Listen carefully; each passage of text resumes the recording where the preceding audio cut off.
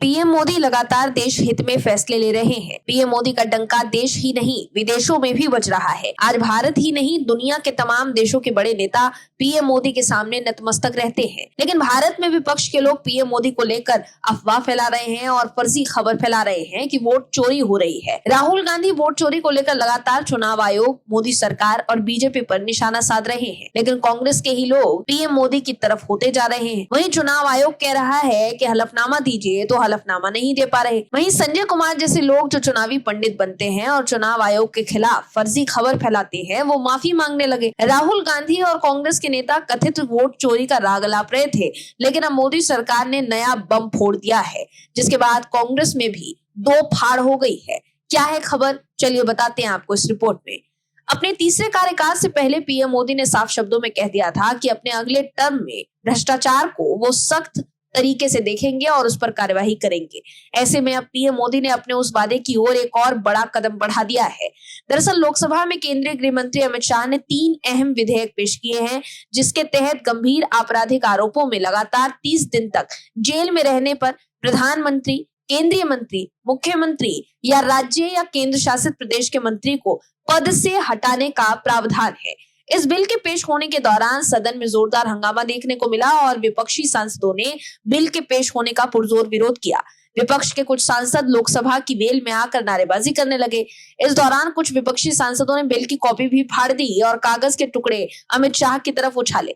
हालांकि अमित शाह ने बिल पेश करने के दौरान कहा कि सरकार इस बिल को जेपीसी को भेजने का प्रस्ताव रखती है, बावजूद इसके बिल को विरोध का सामना करना पड़ा। हालांकि तीनों विधेयक जेपीसी को भेज दिए गए हैं। वहीं कांग्रेस सांसद शशि थरूर ने 30 दिन तक लगातार हिरासत में रहने के बाद प्रधानमंत्री और मुख्यमंत्रियों को पद से हटाए जाने वाले बिलों का समर्थन कर दिया है। उन्होंने कहा है कि पहली नजर में तो ये विधेयक उचित और सही मालूम पड़ते हैं। बता दें कि जब केंद्रीय गृह मंत्री ने ये बिल लोकसभा में पेश किया तो कांग्रेस समेत विपक्षी दलों के सांसदों ने इसका विरोध किया और इसे जेपीसी में भेजे जाने के फैसले को लेकर भी जोरदार हंगामा किया।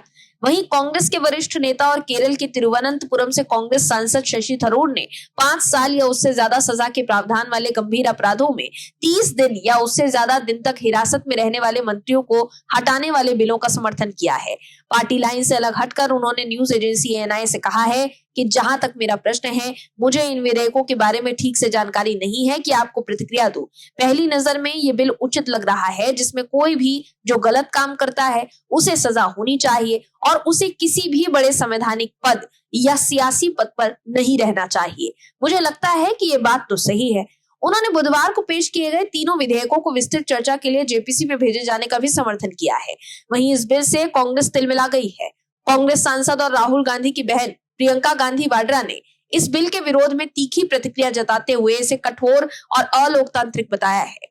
प्रियंका भी केरल के ही वायनाड से सांसद हैं। उन्होंने आरोप लगाया है कि इस बिल को भ्रष्टाचार विरोधी बताना सिर्फ लोगों की आंखों में धूल झोंकने के लिए है।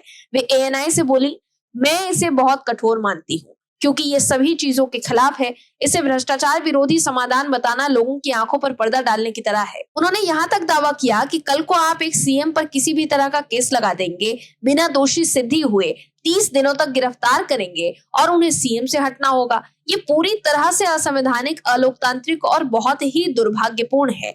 वहीं कांग्रेस महासचिव केसी वेणुगोपाल ने भी केंद्र सरकार के इन विधेयकों को बहुत ही कठोर कानून बताते हुए इसे ध्यान भटकाने का हथकंडा बताया है। दर्शकों, इससे पहले हम देख चुके हैं कि कैसे जेल जाने के बाद भी आम आदमी पार्टी के मुखिया अरविंद केजरीवाल ने इस्तीफा नहीं दिया था।